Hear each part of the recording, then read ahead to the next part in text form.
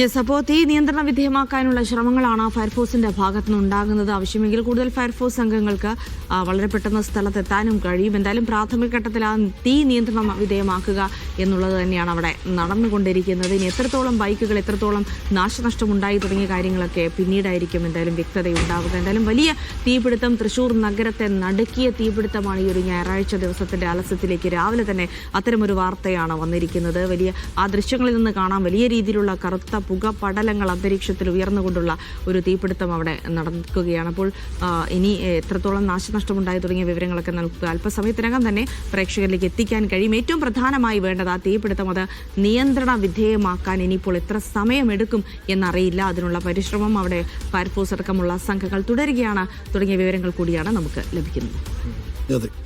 എന്തായാലും തൃശ്ശൂരിന്റെ മധ്യഭാഗത്തായിട്ടാണ് ഈ റെയിൽവേ സ്റ്റേഷനും ഒപ്പം ഈ പറയുന്ന റെയിൽവേ സ്റ്റേഷനോട് ചേർന്ന് ഇരുചക്ര വാഹനങ്ങൾ പാർക്ക് ചെയ്യുന്ന ഏരിയയുമുള്ളത്. അതുകൊണ്ട് തീപിടുത്തം ഉണ്ടായ ഉടനെ തന്നെ ഫയർഫോഴ്സിന് അവിടെ എത്തിച്ചേരാൻ കഴിഞ്ഞിട്ടുണ്ട്. ഫയർഫോഴ്സിന്റെ കൂടുതൽ യൂണിറ്റുകൾ, ഇപ്പോൾ മറ്റൊരിടത്ത് തീപിടുത്തം ഉണ്ടായാൽ ഒന്നിലധികം യൂണിറ്റുകൾക്ക് വളരെ വേഗത്തിൽ എത്തിച്ചേരാൻ കഴിഞ്ഞുകൊള്ളണമെന്നില്ല. ഇവിടെ പക്ഷേ ടൗണിൽ തന്നെ ആയതുകൊണ്ട് വളരെ വേഗത്തിൽ ഒന്നിലധികം യൂണിറ്റുകൾക്ക് അങ്ങോട്ടേക്ക് എത്തിച്ചേരാൻ കഴിഞ്ഞിട്ടുണ്ട്. പക്ഷേ ഇപ്പോഴും തീ നിയന്ത്രണ വിധേയമാക്കാൻ കഴിഞ്ഞിട്ടില്ല എന്നുള്ളതാണ്. അത് തെളിയിക്കുന്നത് വലിയ വ്യാപ്തിയുള്ള വലിയൊരു തീപിടുത്തം അവിടെ ഉണ്ടായിരിക്കുന്നു എന്നുള്ളതാണ്. അങ്ങനെയെങ്കിൽ 100-ൽ പരം ബൈക്കുകൾ അവിടെ ഉണ്ടായേക്കാം. ഇനിയിപ്പോൾ ഈ ബൈക്കുകൾ കടന്ന് റെയിൽവേ സ്റ്റേഷന്റെ മറ്റു ഭാഗങ്ങളിലേക്ക് ഈ തീ പടർന്നു കഴിഞ്ഞാൽ അത് വലിയൊരു ദുരന്തത്തിന് വഴിമാറും.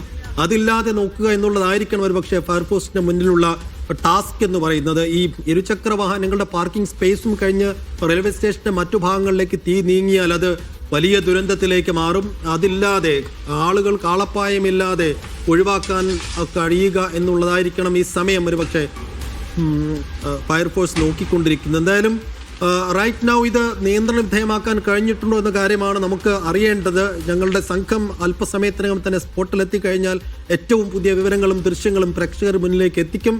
ഏറ്റവും ഒടുവിലായി നമുക്ക് ലഭ്യമാക്കാനുള്ള വിവരം എന്ന് പറയുന്നത് 100-ലധികം ബൈക്കുകൾ കത്തി നശിച്ചിട്ടുണ്ട്. അല്പസമയം മുമ്പ്, ഒരു കാമണിക്കൂറിന് മുമ്പാണ് ഈ തീപിടുത്തം ഉണ്ടാകുന്നത്.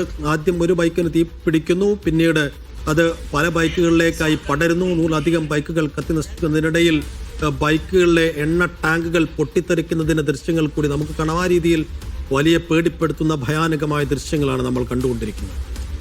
യെസ്, ആര്യ വിനോദ് ഉണ്ട്. ആര്യ, കൂടുതൽ വിവരങ്ങൾ ലഭിക്കുന്നുണ്ടോ? എത്ര യൂണിറ്റ് ഫയർഫോഴ്സ് സ്ഥലത്തെത്തിയിട്ടുണ്ട്? തീ അണയ്ക്കാനുള്ള ശ്രമങ്ങൾ എങ്ങനെ തുടരുന്നു? തീയണയ്ക്കാനുള്ള ശ്രമങ്ങൾ തുടർന്നുകൊണ്ടിരിക്കുകയാണ്. അതിനോട് ചേർന്നൊരു ഷെഡ് പൂർണ്ണമായും കത്തി എന്നുള്ളതാണ്. അതുപോലെ തന്നെ എഞ്ചിനിലേക്ക് തീ പടർന്നൊരു സാഹചര്യം, അത് ഉടനെ തന്നെ അണയ്ക്കാൻ കഴിഞ്ഞു എന്നുള്ള വിവരമാണ് നമുക്കിപ്പോൾ ലഭിക്കുന്നത്.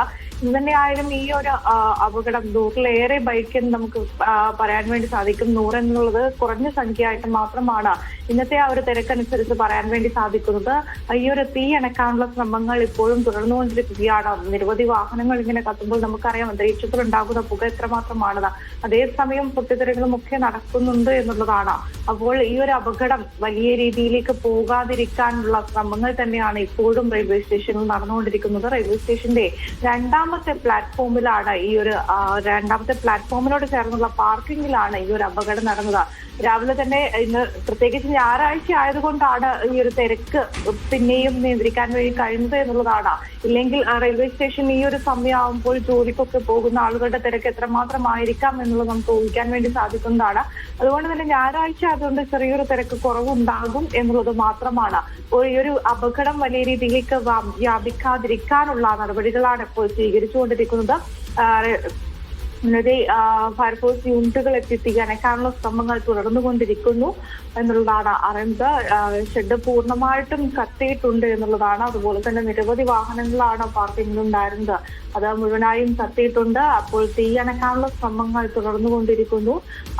ഈ ഒരു തീ നിയന്ത്രണ വിധേയമാക്കേണ്ടത് അത്യാവശ്യമാണ്. അപ്പോൾ അതിനുള്ള നടപടികളാണ് ഇപ്പോൾ സ്വീകരിച്ചുകൊണ്ടിരിക്കുന്നത്. ഈ ഒരു എഞ്ചിനിലേക്ക് തീ പടർന്നിരുന്നു എന്നുള്ളതാണ് അറിയുന്നത്. അപ്പോൾ അത് പെട്ടെന്ന് തന്നെ തീ അണയ്ക്കാൻ സാധിച്ചതും വലിയൊരു അപകടത്തിൽ നിന്നും മാറ്റി ഇപ്പോൾ ഇവിടെ ഈ ഒരു പാർക്കിങ്ങിൽ ഉണ്ടായിരുന്ന തീ അണയ്ക്കാനുള്ള ശ്രമങ്ങളാണ് തുടർന്നുകൊണ്ടിരിക്കുന്നത്.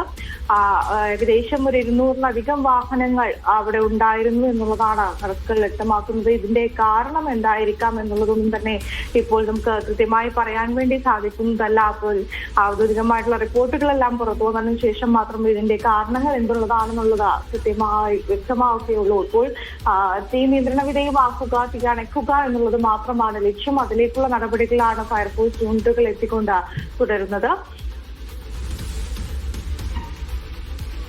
ശരി, എന്തായാലും ഇപ്പോഴും തീ പലയിടങ്ങളിലായി ചെറുതായെങ്കിലും കത്തിക്കൊണ്ടിരിക്കുന്നു എന്ന വിവരങ്ങൾ ലഭ്യമാകുന്നു. ഫയർഫോഴ്സിന്റെ വിവിധ യൂണിറ്റുകൾ സ്പോട്ടിലുണ്ട്. വളരെ വേഗത്തിൽ ഇത് കൂടുതൽ പടരുന്നത്, വലിയ ദുരന്തത്തിലേക്ക് മാറുന്നത് ഒഴിവാക്കാൻ നിലവിൽ ഫയർഫോഴ്സിന് സാധിച്ചു എന്നുള്ള വിവരങ്ങൾ കൂടി ലഭ്യമാകുന്നുണ്ട്.